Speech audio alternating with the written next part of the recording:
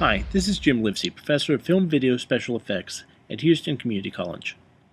Recently I was given the opportunity to work with some of the ikan LED lights, and while I had that opportunity I took advantage of it by shooting some traditional elements that would be used for compositing. And what I want to show you today is some of the smoke that I shot. We can see the smoke billowing up. Now, with traditional lights, making smoke footage is a little bit more difficult than you'd like it to be. It really takes a lot of work because you've got to light the smoke and you've really got to get it in the right position.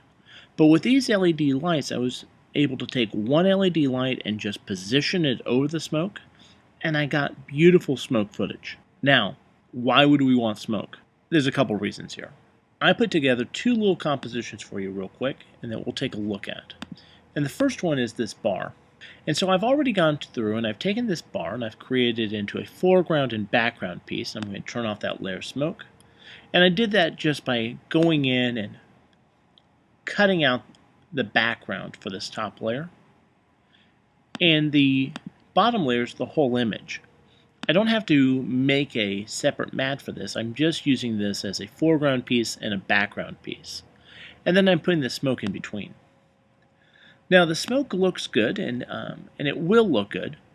The only problem with it is that you're working with that black footage with the white image. So the easiest thing to do is just go in here and make a new layer, solid, white, turn that on, bring it down here, and tell it to use the black and white channel that's built into that animation of the smoke. And so now we have white smoke where the smoke would be without having the black. If we find that the smoke is a little too faint, it's really easy to go into this top layer, effects, color correct. I can use brightness contrast, but I'll end up doing a levels. I think that's going to give us a little bit better control. And just going down here and increasing the density. And I have a lot of control over this on how I want it to look in my image. And the smoke's going to move in a very natural way because it is actual smoke. It's an organic that's hard to fake. If I wanted to go in there and blend it a little more, I could use a blending mode or a lot of different effects. Another fun thing that we can do with smoke, and really any grayscale motion object, is we can actually go in here and make it into a wipe. Now, the black and white grayscale image here, we're going to use that as the definition of where our wipe exists. I've already gone in here and programmed it. I'm just going to start turning things on real quick and show you what I've got. The first thing I did is I applied a levels, and this is giving me pure whites and pure blacks, or really close to it, in the grayscale spectrum. And now I'm going in and I'm actually applying two brightness contrasts. The first one is going to go in here and change it from being white to our regular colors to black.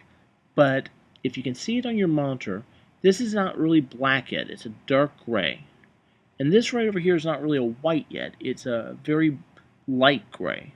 So I'm turning on a secondary brightness contrast, and this one's only affecting right here and right here. Everything else is going to be the same, so that it starts as pure white, has our grayscale, goes to pure black. Now, this I have to use a traveling mat as well, and what I'm going to use is I'll start with an inverted luma mat. Let me turn on these layers, and I'm just using two colors, a purple and a green, so that we can really see this pop. And I'll turn that off.